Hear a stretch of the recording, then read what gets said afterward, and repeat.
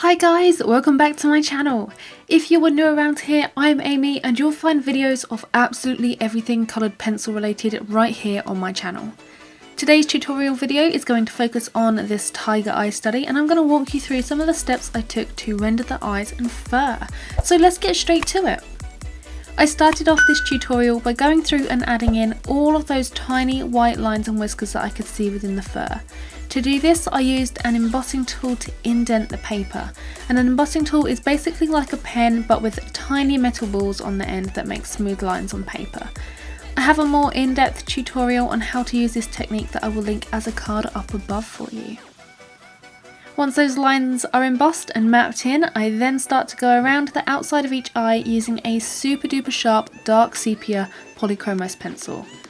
I outline all the important parts using a light pressure, and I do this so that I can get the shape spot on before going in with further layers which will be difficult to erase. Once I'm happy with the shape, I then block in the dark aspects, layering up to achieve a darker tone and going in with a little heavier pressure to really darken things up. You'll see that as I add this dark outer rim, those tiny embossed hairs start to show up as if by magic. I add a few different colours like Delft Blue and Manganese Violet to these dark areas, especially underneath the eye to signify the waterline and that lower lid. Adding hints of blue to dark areas really makes them pop and adds an extra sense of depth. I use a sharp Caran d'Ache Luminance white pencil to do a little bit of blending and add in any precise fine white lines like that waterline, just to add to the realism of the piece. Then it's time to start that rich colour within the iris, my favourite. I start with a light layer of buff titanium and I slowly work my way up to my darker colours. Brown ochre 10%, burnt ochre, cadmium orange and burnt sienna are some of the warm tones I used within this studies, focusing the darker colours towards the outer edge of the iris. You want to focus those darker colours there and develop the shadows so you gain a spherical look. This is extremely important and you want to take your time over building up those layers and identifying those shadows, as it's going to make the world of difference, trust me. You also want to focus some darker areas around the outside edge of the highlight, and this will give the effect of reflected light and again add to that element of realism. The lighter inner portion of the iris is built using a light hand with the lighter colours with a little bit of earth green added in there. I blend the inner portion out with a white pencil too to get everything looking nice and smooth and to eliminate the grain of the paper. Gently layering some sky blue polychromos, layering with some French grey and blending everything together with that white pencil builds the highlight within the eye. I added small hints of Delft Blue into the darker areas within the highlight, and I paid real close attention to the reference to make sure I mimicked the highlight exactly, noting down shadows of clouds in the sky and any other prominent features which I could see. This small attention to detail can make or break a piece. To help push those dark values within the eye even further, I actually went in with a little bit of a Faber-Castell Pitt pen. I have a very special technique to use and blend this material out, which I will link up above for you. That one is definitely worth a watch. Now it's time for the fur. If you've watched my other tutorials, you'll probably be very familiar with this beginning technique, and it's also the basis of pretty much every coloured pencil piece. You want to start with a light base layer so you can map in fur direction and get a base down for your darker colours. I always get asked why I put such a light base down, especially if I'm going over with darker colours, and that's so I can build multiple layers, which aids with the blending, especially if you're going to go in with a solvent. And building those layers eliminates the grain of the paper. This base layer also acts as a sort of filler. It kind of covers the white of the paper, so if there are ever any lighter gaps, you're guaranteed to have coloured pencil down there and not have any paper white showing. That is my personal preference. I don't like to leave the paper white showing on my actual drawn subject. But multiple light layers in essence is vital for coloured pencil work, and this initial light layer sets the ball rolling for subsequent layers. So I hope that clears some questions that I get asked by you guys. When putting your initial layers down, a mistake I often see people making is that they don't map or shade in the direction that their fur is going. Instead, they shade in all different directions. You really want to make sure you always shade in the direction of the fur to maintain a natural look. Sometimes your base layers can be seen through your darker layers, so it's just good practice to start the way you intend to carry on. Plus, it really does build a much softer, realistic fur look to start in the correct direction. I work these base layers over the entire thing, switching between a Caran d'Ache Luminance Buff Titanium and a Polychromos Warm Grey one, depending on where there are cooler or warmer tones throughout the reference. Once that's down, I then start to build in the next tones, and for this I used Brown Ochre 10% and Burnt Ochre, concentrating these colours where the tiger has a more orange toned fur.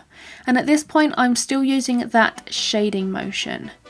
I gradually lay up both of these colours, going in with a heavier hand on the Burnt Ochre pencil where the colours on the reference are deeper, and I start to move into a more lined method rather than shading to help build that fur texture. And I start to build in the fur details with some more brown toned pencils using a Polychromos Beaster and Walnut Brown, and for those details I use a soft flicked line or a tapered line going in the direction of the fur, and I work really quickly using this flicking motion so that the fur doesn't end up looking too controlled and rigid. For the darker areas on the fur, I use a higher concentration of that walnut brown pencil and really group some of those flicked lines together, and I do this instead of going in with a heavier hand. It just builds a much more natural, nicer look. Once those orange areas are in, then it's time to build up the stripes, and I go straight into this with a dark sepia pencil, starting off like I did around the eyes, soft, gentle pressure to get the shaping correctly, and then going through with heavier pressure and really darkening the stripes up. To blend the stripes and orange fur together, this is a crucial technique here. I drag small dark lines from the centre of each spot or stripe into the orange areas. So I work from the centre, pulling towards the left on the left hand side of the study, and from the centre to the right for the right hand side. Where you've got that lighter, whiter fur overlapping the dark, I work from the centre of the dark area back into that lighter patch. So on the left hand side of the study, that's from the centre to the right, and on the right hand side of the study, that's from the centre to the left. I really hope that I have explained that right and you can see the kind of process on the video and that you kind of get the gist of what I mean. I then start to add some blues and browns into those dark areas to build some depth, and I shade a little bit more burnt ochre and burnt sienna around the outer edges of those stripes so that everything blends nicely and smoothly, and you just get a sort of shadow forming, so you're adding to the three-dimensional look of the fur by just shading around those stripes and adding a little bit more form. I also go into some of these stripes with that Pitt pen once again to really hype up the contrast. The middle of the study is rendered in exactly the same way as the sides. Don't ask me why I work like this, why I do the sides first and then the middle. It just seems to work for me. But one thing to keep in mind when you are doing the middle compared to the outer edges is that the fact that the fur is shorter here. So you want to make sure that you use smaller lines when adding your fur texture to denote that shorter, coarser fur. That's pretty much it for today's tutorial and eye study. As always, if you want to follow along with me in real time with full voiceover explaining all of these techniques, how to build the fur, how to shade and how to blend those stripes out into that orange fur, absolutely everything that you've seen here on this study, then the 3-part series of this is available to my website subscribers. The link is listed in the description if you want to check that out. I really hope you have enjoyed this video and watching another eye study come together and come to life. These are my absolute favourite to create and I really hope that you guys enjoy them too. If you'd like to see more studies, then leave me a comment down below of what you'd like to see me draw next.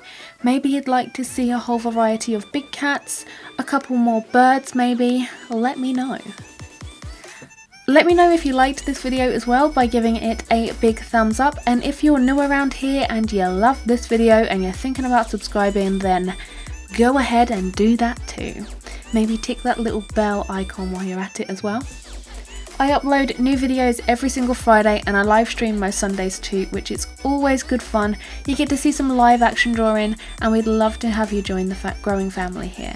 Anyway guys, thanks for watching and I will see you next week. Bye!